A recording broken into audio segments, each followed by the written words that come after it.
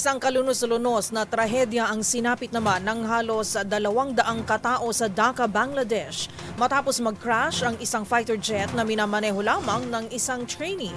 Habang isang performance naman ng Royal Opera House sa London ang naantala matapos biglang magtaas ng Palestinian flag ang isang aktor na mariing kinundina ng mga manunood. Ang mga balita mula sa ibayong dagat tinutukan sa Global Headlines Report ni James Galange.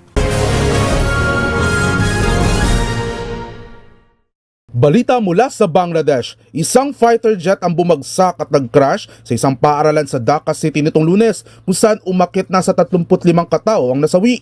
Mahigit 170 individual naman ang sugatan at may tuturing bilang pinakamalang aviation accident na naitala sa kanilang bansa matapos ang ilang dekada. Ayon sa mga otoridad, minamaneho ito ng isang training pilot na si Flight Lieutenant Turkir Islam na bigla itong makaranas ng mechanical failure, ngunit patuloy pa rin itong iniimbestigahan. Samantala, karamihan sa mga sugatan ay mga batang nasa edad 14 pataas.